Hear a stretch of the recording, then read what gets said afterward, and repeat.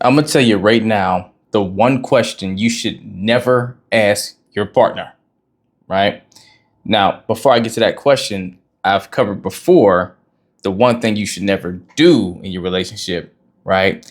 Is saying to your partner that you're going to leave or threatening to leave them, right? Saying, oh, well, if you do that, if you say this or that happens again, I'm out of here. Or, you know what? I'm done. I'm walking off, right? Because when you make statements like that, you better be willing to stand on it because you are directly attacking the foundation of trust between you and your partner when you put them on standby, on guard, that they could be left at any moment, that you're willing to bail on them. Because when you say, I'm going to leave or I'm out of here, what they experience it as is instant rejection. And when you start feeling rejected, you get defensive and protective of yourself so you don't feel harmed or don't become harmed. Point in case, you stop being their safe space, you become their danger zone, right? To where they don't not sure that their, value is safe with you. So whereas threatening to walk away from the relationship is the one thing you never do, the one question you never ask your partner is, are you going to leave me? And I know you may be asking yourself, how could it be wrong to ask my partner if they're going to leave me if that's the way I'm feeling, if I'm feeling concerned or scared about that? And you're not wrong for the way you feel, not at all. You can never be wrong for the way you feel. But let me just start here. If you even feel the necessity to ask the question of, are you going to leave me? There's obviously artery issues at hand anyways, into where a question like that just adds more fuel on the fire of the elephant in the room if you're accurate in your feelings that this is where your partner is leaning towards. But the main reason you don't ask a question like this is the moment you do so, it has a really great potential to stir up insecurity in your partner. See, most may say, well, if someone's partner is asking that, like, oh my gosh, just reassure them, right? But follow me here. If you're in a relationship dynamic to where one of you feels the need to ask that question, something unhealthy is going on there, right? For you to even be in that headspace or for your partner to be giving you signals and signs that that's maybe the headspace that they're in, right? So if that's the case, you asking that question is less likely to get your partner as a first reaction to start thinking extremely concerning towards you because they probably have their own things they're working through. And they're more so going to feel like their level of commitment to you is in question, which is not a pleasant feeling. They may feel that you are undermining how dedicated they are to you guys' relationship. And then the snowball effect starts to happen, right? The rabbit hole. Then they get to a space of questioning where your head's at to why you would even ask that question. Is that something you've been thinking of or you've been thinking about leaving them, right? And then it leads them to the next check mark, whatever you want to say, of feeling mistrusted.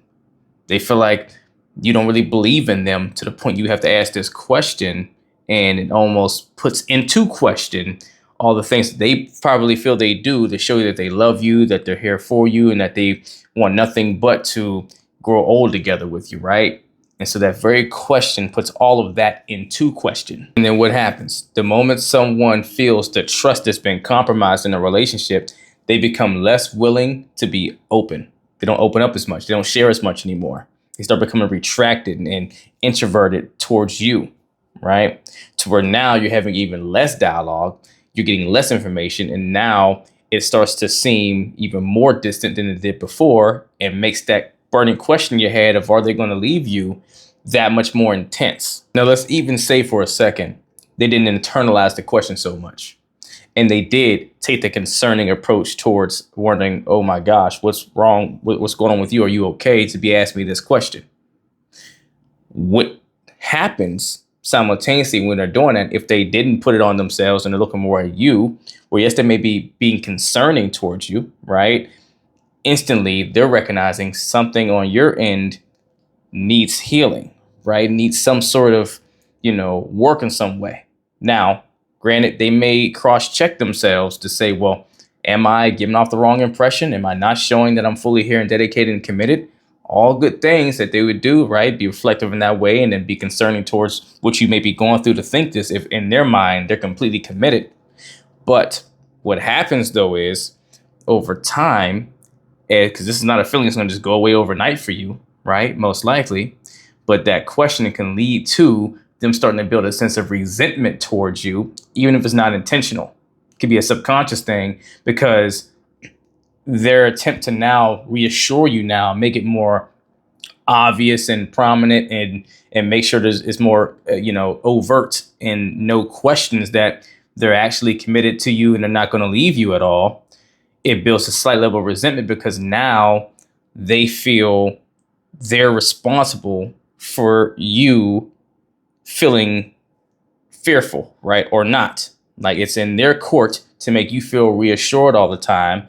And they have to like now take on this duty and this responsibility to help you feel a certain way when managing your emotions is your job. And it's more so your job to communicate the things as to why you're feeling the way you feel versus just putting the burden on them.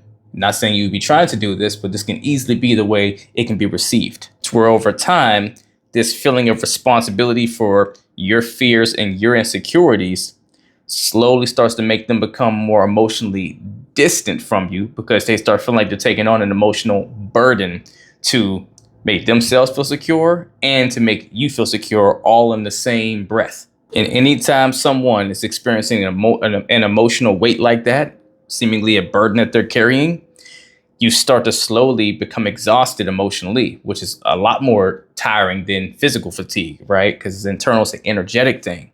And so when that starts to happen, then it's really easy to subconsciously build a resentment towards the source of your exhaustion, right? Which would be you as their partner, to where they want to love on you. They know that you're coming from a good place and that you're just concerned. But if this is a repeat question or something that is ongoing, then now they feel this weight to have to, do a lot more than they should have to make sure that you feel good as much as themselves, to where now they start getting burnt out.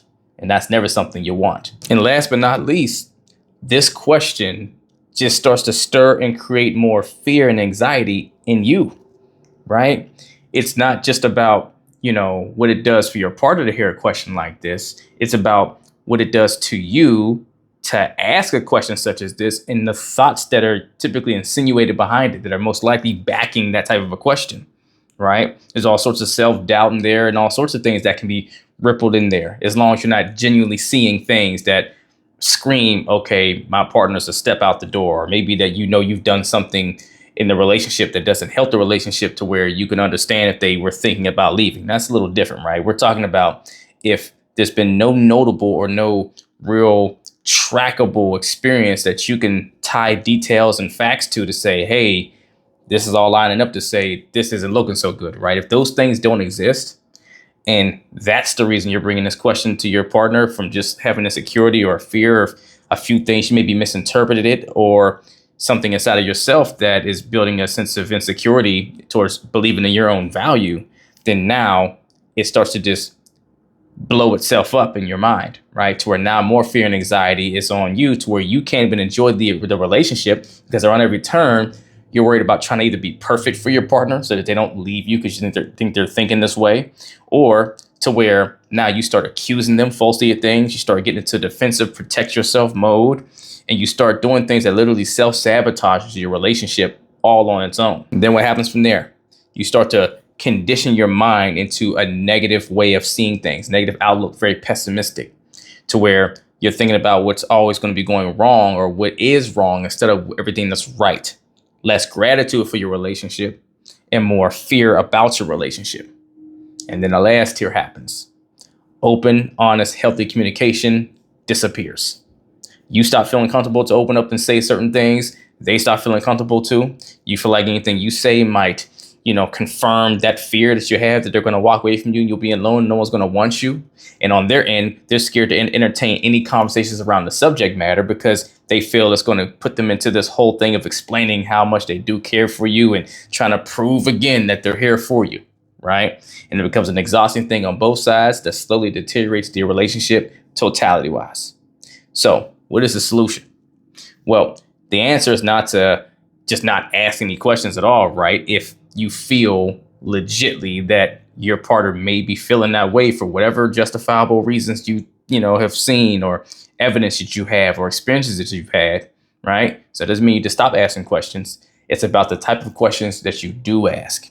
And like I'm always saying and stressing to my clients, and it's almost like a mantra, right? You only ask empowering questions. And what is an empowering question? An empowering question is one that serves you. It puts you in a position to have confident or optimistic control over your situation. Something that's going to breathe positivity into you, that you get excited about, not something you become fearful of. See, asking the question, are you going to leave me? There's nothing empowering in that. One can say it's empowering to know the information of whether you're going to leave me or not.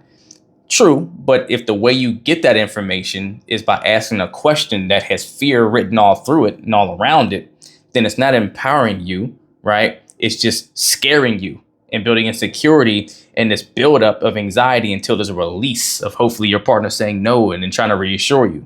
But it doesn't help to see to where that came from, to where if they do something to reassure you, you're going to need to be reassured for a lifetime, because there's always going to be something new that comes up because you're not addressing the core actual root obstacle. You want to ask questions in a way that uplifts you and maybe uplifts your partner as well, inspires you and them, and breathes a sense of security and confidence in you, right? Something that you can get an answer for it, and it gives you hope because maybe there's something you can do about it, right? Maybe the answer that you're given is applicable for you to use and do something that you're in to make yourself feel, yes, I've gone and done what was necessary to alleviate the problem, or this is the solution, this is the fix. And instead of asking open-ended questions that just lead for any sort of outcome that you can get that may be a very negative one, right? That's not empowering at all. If you feel more powerless in the question you're asking, it's not empowering. So the better question or type of questions that you should ask, if you really feel in your heart that you've been seeing things or you've done stuff that could contribute to your partner getting in the headspace of wanting to leave you, instead of asking, are you going to leave me? You say something like, hey, I've been noticing you seem a little bit more distant lately. I'm not sure why, but it's starting to concern me a little bit. And that's when I understand where your head's at with things. Is everything all right? Is everything okay with us? Or, hey, I recognize you don't do some of the things, you don't talk to me, you don't open up and come share things about your day like you usually typically do. Now, I don't want to assume there's anything wrong, but I can't see anything else on my end. And I can only assume that maybe you're upset with me, but I don't want to make that assumption. Can you help me understand more? Or can you explain what's going on? Have I done something that has upset you? And notice, I'm asking questions that still pokes around that bear of engaging my partner's level of engagement with me and how happy or displeased they are with me, by just asking questions on, are you feeling the way towards me or not? Or why are you operating the way you're operating? Which gives me great insight as to whether or not what I feel like I've been noticing is accurate to the concern I thought it was, based off of what they're telling me, as long as you're willing to be honest, right?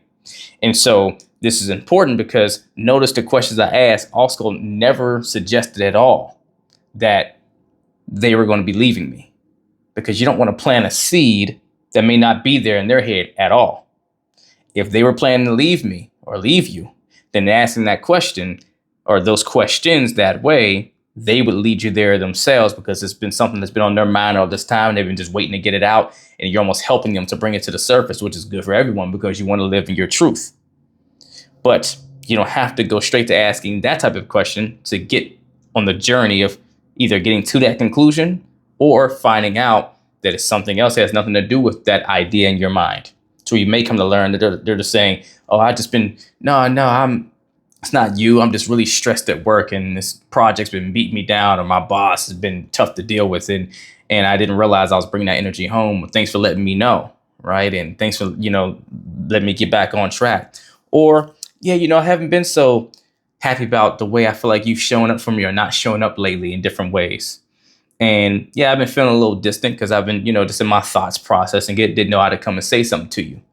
But, and now notice with those kind of responses, The first one gives you the ability to say, oh, okay, well, is there any way I can assist in that, right? Or, oh, I'm sorry you're feeling that way, and talk through whatever the thing is with you, to where now they start to learn. I don't have to get more distanced and shut down whenever I'm going through things. I can come to my partner and open up more, to where you'll stay in the loop more and have less of a reason to feel like they are thinking of bailing on you. Or with the second answer, to where they actually did feel away or have been feeling away about something you've been doing. Now you can take accountability for what you can agree with, right? Or just validate their feelings, period. Hey, yeah, I'm sorry that you're feeling that way. That's never what I want the impression to be, and so forth. And hey, what could I do better? Or is there something that you need more from me, right? To where now you're getting them to give you the cheat sheet, right? As to what the answer is, so that they can feel better and reassured in a relationship with you, which gives you confidence, right? Empowering questions to know what you need to do to alleviate and get rid of that feeling that they may be thinking of leaving you, because you're offering them what they're asking for. But then also a little piece here is that you actually come to them to have open dialogue and ask questions about them, to understand them better and understand where they're at, where they're coming from, and what's going on with them. That's golden, because beyond the empowering questions, the very fact that you took the act to come and learn more instead of making assumptions and asking a blanket question is going to do wonders for them, feeling like you actually care and you really want to get to know them and understand them and support them, instead of just coming to ask questions for your own selfish reasons because of your concerns, which in turn makes them want to be more concerned for you. If you need help learning the skill, because it is a skill, of asking more empowering questions to get yourself more empowering results in your relationship instead of incriminating questions or questions that destroy your relationship, email or DM me the word coaching and we'll get to work, as long as you're truly ready to put the work in. If you're not ready for one-on-one coaching, don't have the time or the space, then email or DM me the word revival to join my Relationship Revival Hub community, where you can learn the same things I teach my clients one-on-one at your own pace on your own time. Either way, do something to get in the race. Let's get it.